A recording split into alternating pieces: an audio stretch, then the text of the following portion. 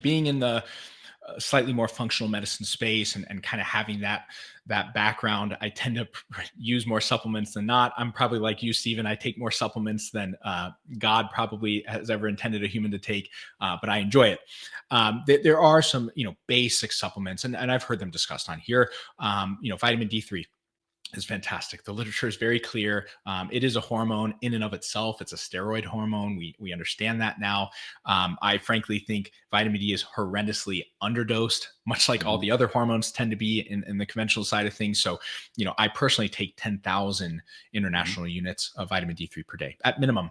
When I'm sick, I will take by the way, this is not a medical recommendation. You should ask your provider for this, but I would typically increase it to 50,000 units a day for a few days to get over the cold. So it has, I dose, similarly. I've had patients with autoimmune diseases where I might have them take literally 100,000 units of vitamin D3 every single day. And again, I'm monitoring blood work with that because, we do have to be a little bit cautious there, but those patients, I think it's, logical. They probably use up so much of it because they are in such dire positions. I never see their blood levels go above, 100 or 200 even. So, zinc is another great one. I think it's a no-brainer. A lot of people, especially if they're not eating a lot of red meat, are going to be extremely zinc deficient. I'm a big fan of colostrum. I don't know if that's something you've ever tried.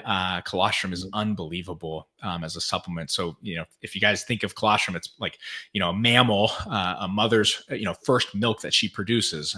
Your mom did when you were little.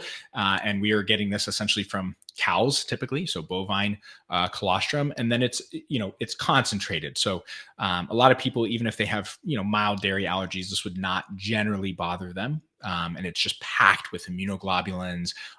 There are peptides in there, which we know are fantastic for healing the gut lining and essentially acting almost as a prebiotic. And there's been amazing studies showing how colostrum prevents colds and flus and stuff, even in comparison to many other things. So I love those three. If I had to pick, those three are awesome.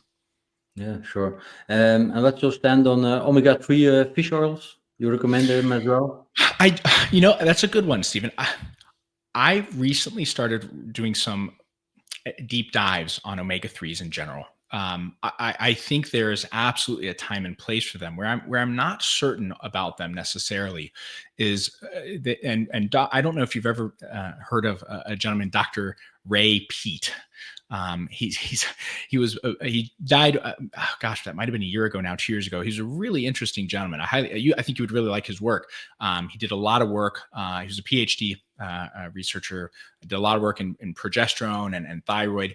And he had this really interesting opinion on omega-3s as they, essentially are masking inflammation. And we know they are unbelievable at treating inflammation. They're unbelievable at treating autoimmune diseases.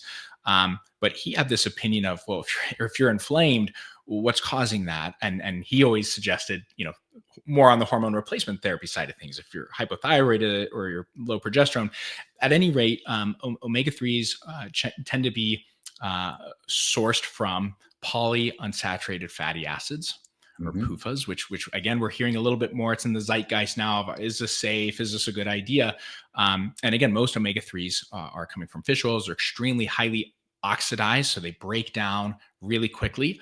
And they tend to do quite deleterious things in our system and act as oxidants, essentially.